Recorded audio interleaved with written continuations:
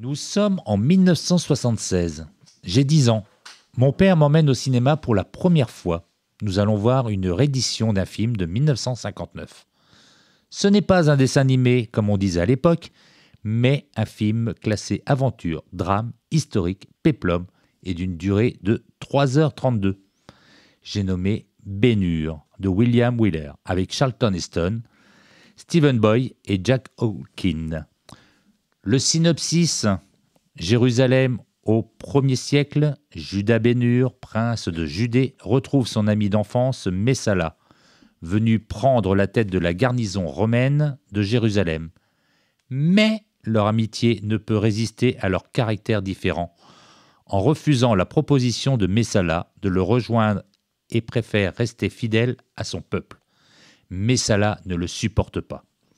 Alors qu'une pierre tombe du balcon de la maison familiale de Ben-Hur, manquant de tuer le gouverneur qui paradait plus bas, Messala trahit son ami qu'il sait innocent, et l'envoyant en galère et en jetant en prison sa mère et sa sœur.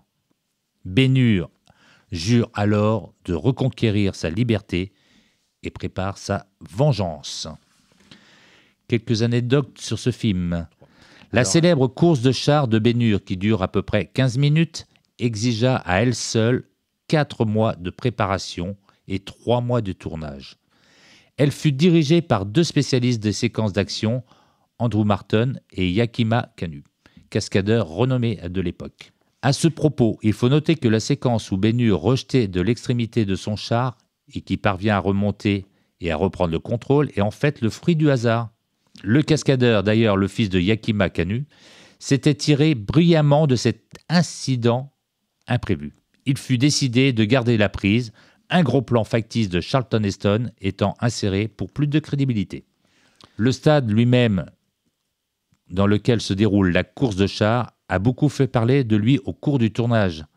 Ainsi, on estime que sa construction a nécessité plus de 1000 m3 de bois, 400 km de tubes ou encore 40 000 tonnes de sable. Le nombre de figurants, lui aussi, est démesuré. Jusqu'à 15 000 personnes étaient présentes sur le plateau. D'ailleurs, les figurants, la production ne lésina pas aussi sur les moyens humains, puisque au total, c'est 400 000 figurants qui apparaissent dans le film.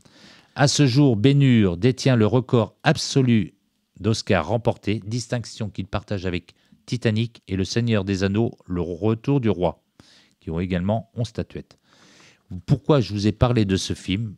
Voilà, Ben-Hur, c'était donc mon premier film au cinéma, et c'est ce qui m'a donné la passion du cinéma. Merci de votre écoute.